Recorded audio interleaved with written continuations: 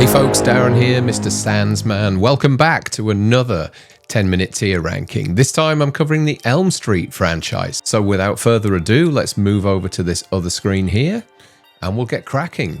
Here is the tier list. It's set up. You can see that from worst to best, I've got It's a Boy at the bottom there, which, yeah, one of the worst quotes in the franchise, I think. I Don't Believe in Fairy Tales is the next step up. Kung Fu This Bitch is in the middle. Daddy Can't Help You Now is second. And in first, This Is God. So those are the tiers. And let's begin. Let's start here with, looks like the remake. The remake, I'm not a massive fan of. I don't mind what Jackie Earle Haley did with the character. It's just that the film is weak and kind of devoid of any sort of tension or scares even throughout. The look of Freddy in this film I didn't mind either. But as I said, it just doesn't gel like a Nightmare on Elm Street film does. And so I'm going to have to put it in. It's not the worst. I don't believe it's the worst in the franchise, but I'm going to put it in I Don't Believe in Fairy Tales. Next up is A Nightmare on Elm Street 2, Freddy's Revenge. I actually think that this is one of the stronger entries in the franchise. There's a lot of things that I love about this. I remember seeing it on release when it first came out in the mid 80s, 85 I think it was. And what I loved about it as well was that the UK got a different kind of artwork to that of the US. And that happened with the first three films, I think. Elm Street 2 and Elm Street 3 all had different artwork. And I'll show you these separately. But the icon that I'm using here for the tier list is the US artwork, which I'm going to put right up here next to Daddy Can't Help You Now. But if you want to see the UK artwork, it was this one here, which is kind of more based on the intro of the movie with the school bus. But still, Graham Humphreys, he did some amazing artwork, both for the first film and the second film. He also did the infamous Evil Dead poster as well. Fantastic British artist. You should check more of his stuff out online. He also attends a lot of conventions. So if you do go to one, make sure you get one of these posters signed because they are great looking. Okay, number 3 is Dream Warriors. Dream Warriors was one of those ones that I was really fond of when it first came out, but over the years I've kind of slipped away from it a little bit. It's kind of switched places with number 2. I think I preferred 3 over 2 when I was younger, but now those two have kind of switched places. So I'm going to put Dream Warriors in Kung Fu This Bitch. I think a lot of the sequences in this film, particularly the marionette sequence, haven't aged too well. And yeah, it sort of lets the film down a little bit. And it's also, this movie is that, for me, it's that moment where Freddy starts to pivot and becomes more of a kind of, as Dave McRae would say, a carnival barker. And, those quips start coming in more and more. And it starts to border on the ridiculousness. You start to feel like Freddy isn't scary as this movie progresses. So I'm going to put it in the middle of the tier there. Wes Craven's New Nightmare is next. I was a big fan of this when it came out and still am now. I'm going to put it in up here at the top, second from top.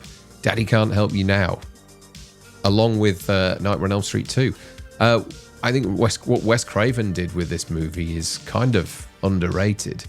It's almost a similar type of thing that he did with Scream, whereas it's incredibly meta throughout. And, this whole kind of juxtaposition of Freddy being in the real world and out of the real world, that kind of stuff, is fascinating to me. And I liked the makeup as well, the kind of demonized Freddy makeup that we see in this film. I thought was really effective. And the glove, too.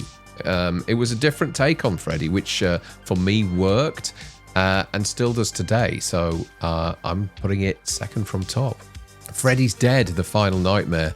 Buddy of mine, Chris Stanley, he absolutely adores. It's one of his favorite Nightmare on Elm Street films. I think it was one of the first ones that he saw. So, naturally you gravitate towards those movies that you see first. And yeah, I can't look at it that way though. I'd seen all these films pretty much, I think from part 4 onwards I saw in the cinema, and when this entry came along, I went along and saw it with the 3D glasses and everything, and it was abysmal. And still is abysmal today. I think it's got very few redeeming qualities as this film.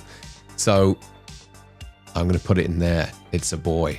Nightmare on Elm Street 4. The last time that I watched it, I thought it had some qualities that I really enjoyed. You know, the cockroach scene I thought was terrific. The recurring nightmare scene with the cafe I think is really interesting too.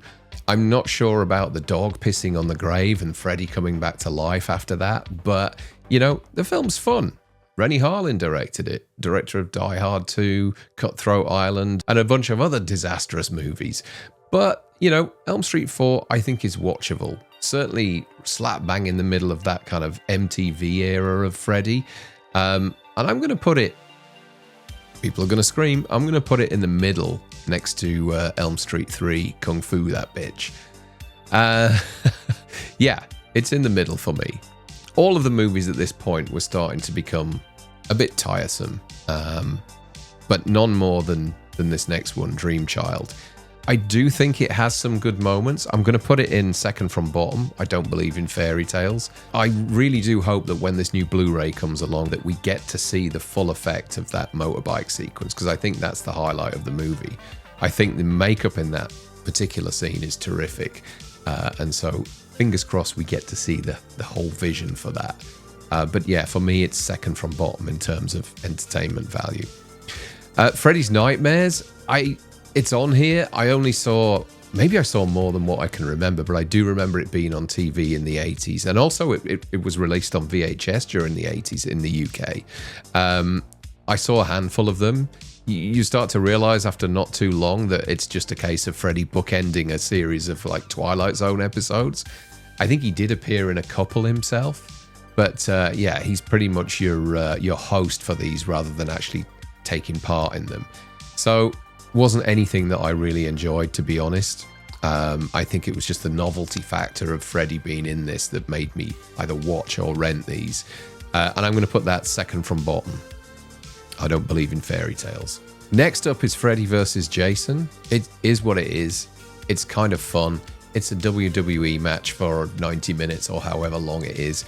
And I guess when I first saw it, it entertained me. I think I've been back to it once after the episode Frank and I did on it, but I have no desire to go back and watch this film again. Completely ludicrous. The worst of Freddy Krueger. I actually prefer Jason in this movie, and it's going to go in I don't believe in fairy tales again, along with Freddy's Nightmares, Nightmare 5, and the remake. Okay, finally, Elm Street 1. There's only one place for it. I'm going to stick it right at the top here. This is God. The movie is God. It's one of the greatest slasher movies of all time. I think it's my second favorite slasher movie of all time. So there's no other place for it apart from the top spot in this ranking. A movie I saw on VHS right when it came out. It was something my parents rented. We all sat down to watch it. I think initially I was a little confused because as a 11-year-old back in 1984, my experience of slasher movies was pretty linear. You know, it was Halloween, it was Friday the 13th. I'd not yet experienced anything with people being killed in their dreams. And so it took a couple of watches for me to fully get my head around the concept of it. I was young. But I've looked at this movie repeatedly over the years, and I really do enjoy it. And I think that it is one of the greatest slasher movies of the 80s. It's one of the greatest slasher movies of all time, and one of the greatest horror movies of all time. So this is God. The top spot is where it's going to sit. So there it is. There's my final ranking. This is God has Elm Street 1. Second place, Daddy Can't Help You Now has Elm Street 2 and Wes Craven's New Nightmare. The third slot, Kung Fu This Bitch, has Dream Warriors and The Dream Master. Fourth slot has the remake, Elm Street 5, Freddy's Nightmares, and Freddy vs. Jason. And the fifth and final tier has Freddy's Dead, The Final Nightmare. Okay, folks, that was it. Thank you for tuning in. I'll be back very soon with another tier list ranking. I might tackle Friday the 13th next, so watch out for that one dropping in a few days. Thanks a lot, guys. See you soon.